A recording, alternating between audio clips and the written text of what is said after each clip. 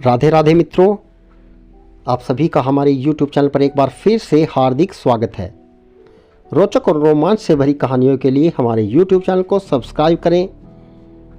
तो मित्रों, यहाँ पर मैं एक नई कहानी आप सभी के लिए लेकर आया हूँ। कहानी कुछ इस प्रकार है। अंग देश के एक गांव में एक धनी ब्राह्मण रहता था। उसके 3 पुत्र थे। एक ब्राह्मण ने एक यज्ञ करना चाहा। उसके लिए एक कछुए की ज़रूरत थी। उसने तीनों भाइयों को कछुआ लाने से को कहा। वे तीनों समुद्र पर पहुँचे। वहाँ उन्हें एक कछुआ मिल गया। बड़े ने कहा, मैं भोजन चंग हूँ इसलिए कछुए को नहीं छूँगा। मझला बोला, मैं नारी चंग हूँ इसलिए नहीं ले जाऊँगा। सबसे छोटा बोला, मैं शिया चंग हूँ सो मैं नहीं ले जाऊँगा। वे तीनों इस बहस में पड़ गए और उनमें से कौन बढ़कर है आपस में इसका फैसला न हो सका। तो वे राजा के पास पहुँचे।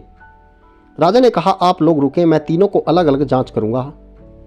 इसके बाद राजा ने बढ़िया भोजन तैयार कराया और तीनों खाने बैठे। सबसे बड़े ने कहा, मैं खाना नहीं खाऊंगा, इसमें मुर्दे की गंध आती है। वह उठकर चला। राजा ने पता लगाया तो मालूम हुआ कि वह भोजन शमशान के पास के खेत का बना हुआ था।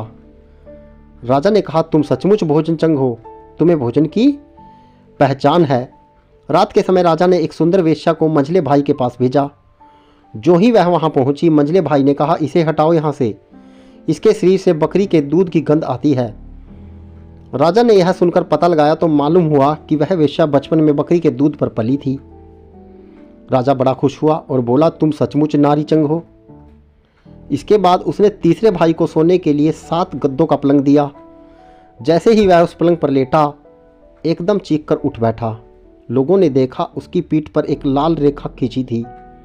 राजा को खबर मिली तो उसने बिछोने को दिखवाया। 7 गद्दों के नीचे उसमें एक बाल निकला। उसी से उसकी पीठ पर लाल लकीर हो गई थी। राजा को बड़ा अचरज हुआ। उसने तीनों को 1-1 लाख अशर्फियाँ दी। अब वे तीनों कछुए को ले जाना भूल गए, वहीं आनंद से रहने लगे। इतना कहकर बेताल बोला, हे राजा, बताओ, तुम बताओ, उन तीनों में से बढ़कर कौन था सबसे बढ़कर? राजा ने कहा, मेरे विचार से सबसे बढ़कर शियाचंग था, क्योंकि उसकी पीठ पर बाल का निशान दिखाई दिया और ढूंढने पर बिस्तर में बाल भी पाया गया। बाकी 2 के बारे में तो यह भी कहा जा सकता है कि उन्होंने किसी से पूछकर जान लिया होगा। इतना सुनते ही बेताल फिर पेड़ पर जा लटका। राजा लौटकर वापस गया और उसे लौटा तो उसने एक नई कहानी सुनाई। मित्रों, इस प्रकार की रोचक व रोमांच से भरी कहानियों के लिए हमारे YouTube चैनल को सब्सक्राइब करना ना भूलें। जय श्री श्याम, जय श्री राधे।